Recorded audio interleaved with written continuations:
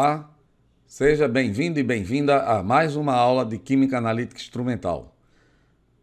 Na aula de hoje nós iremos encerrar o capítulo de condutimetria, avaliando como é que a medida é feita, como é que se calibra esse equipamento, quais são os principais itens desse equipamento, ok? Então vamos acompanhar.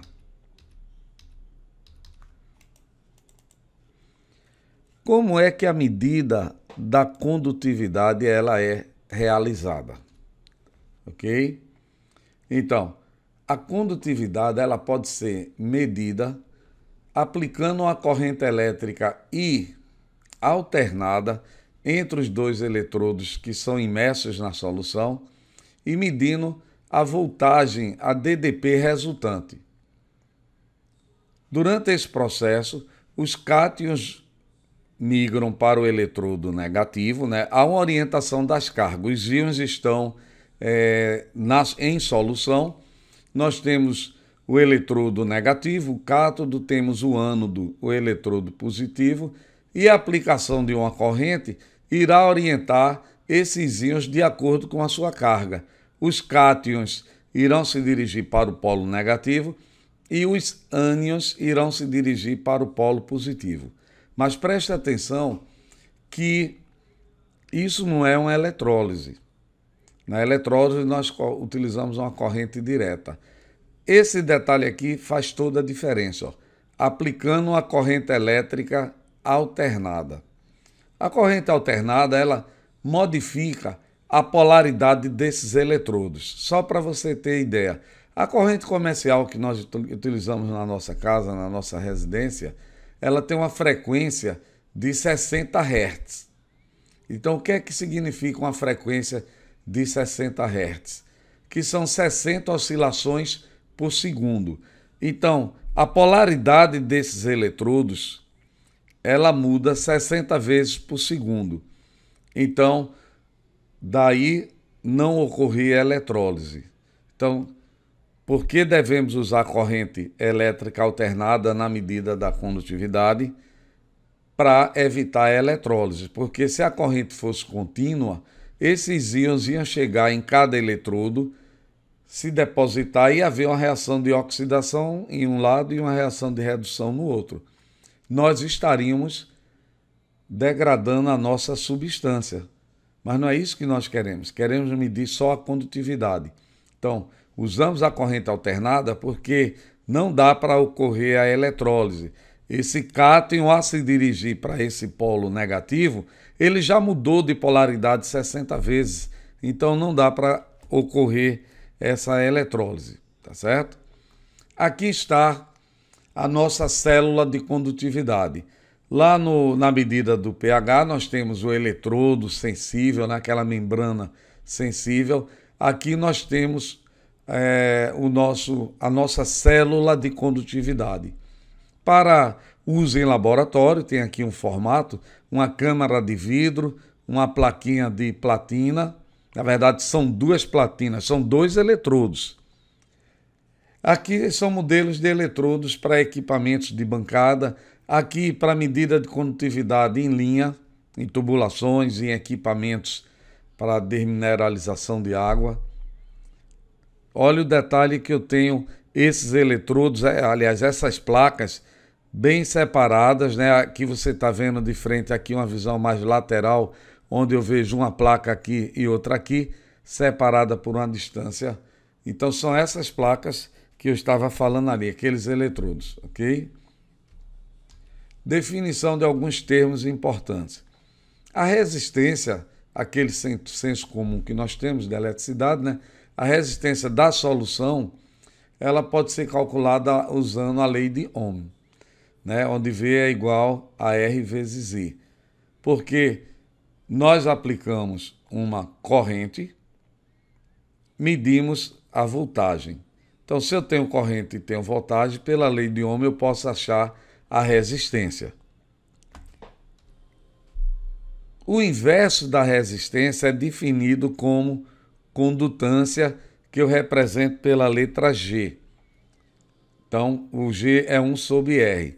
Veja, eu quero medir a condutividade, mas lembre-se que uma boa parte dos equipamentos nós não medimos na unidade direta que queremos. O equipamento faz uma conversão. Então, acompanhe a sequência. Na prática, eu aplico uma corrente alternada, meço a voltagem e aí, com a lei de Ohm, eu acho a resistência.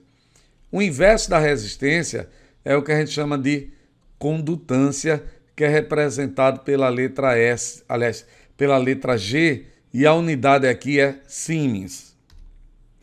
Continuando ainda com alguns termos.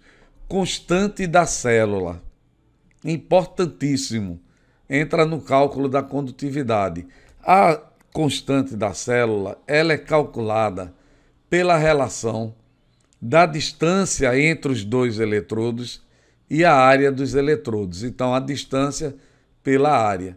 Isso dá K, que é a constante da célula. E é em centímetros a menos 1.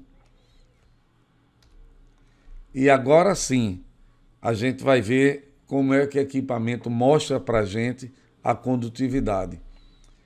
A condutividade, ela é dada por essa expressão, esse K aqui, né, kappa, uma letra grega, que é o produto da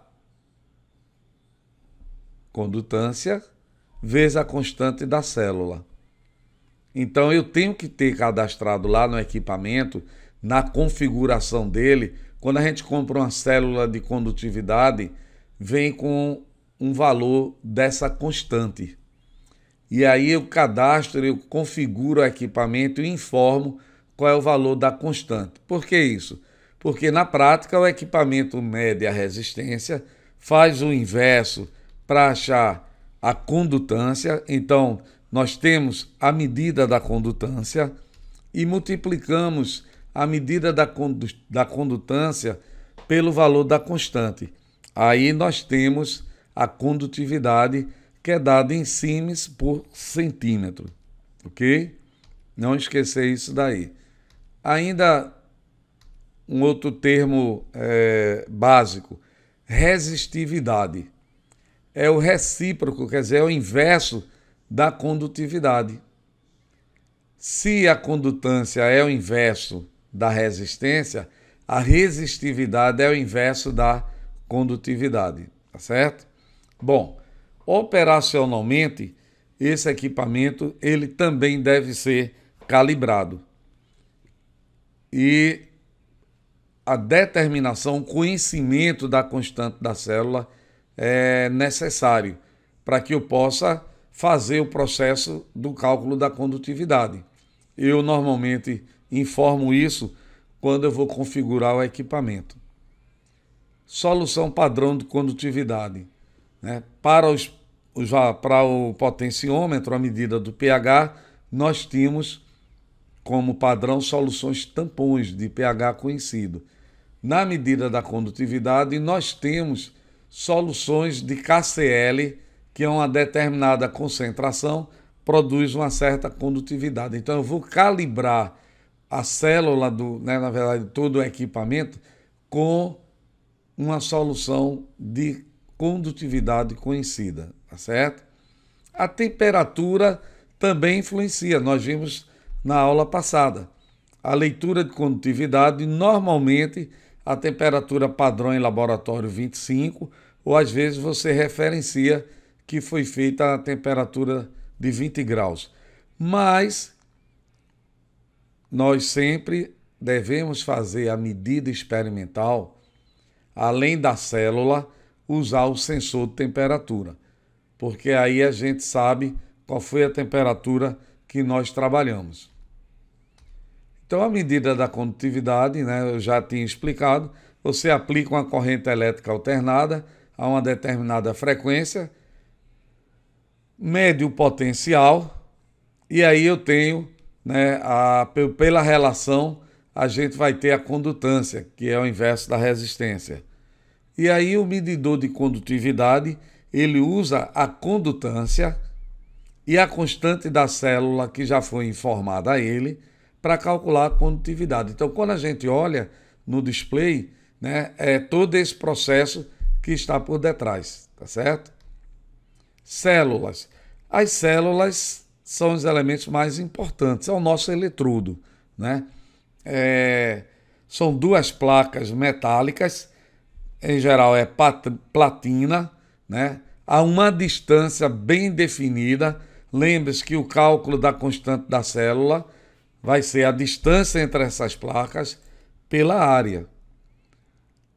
Normalmente, uma boa parte das células, essas placas ficam dentro de uma cavidade de vidro.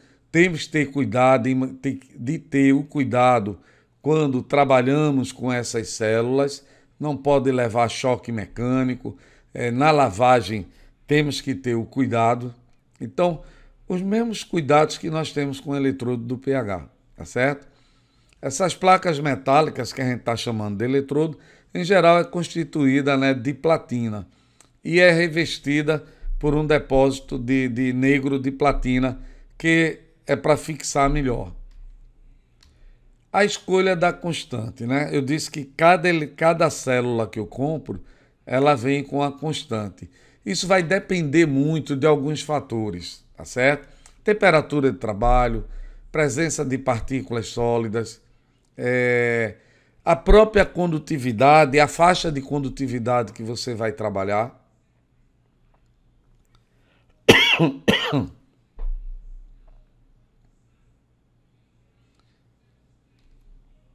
Então, eu tenho que escolher uma célula com baixo valor da constante se eu vou trabalhar com soluções de condutividade baixa.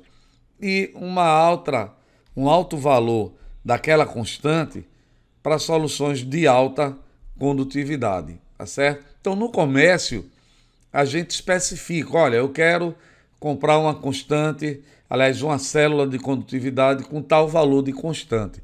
Você encontra normalmente comercializada com constante de 0,01, de 1.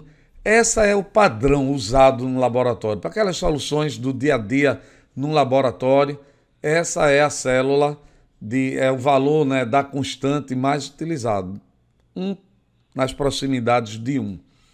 À medida que a condutividade vai aumentando, aí é interessante que se trabalhe com células com a constante de condutividade, né, a constante da célula mais elevada.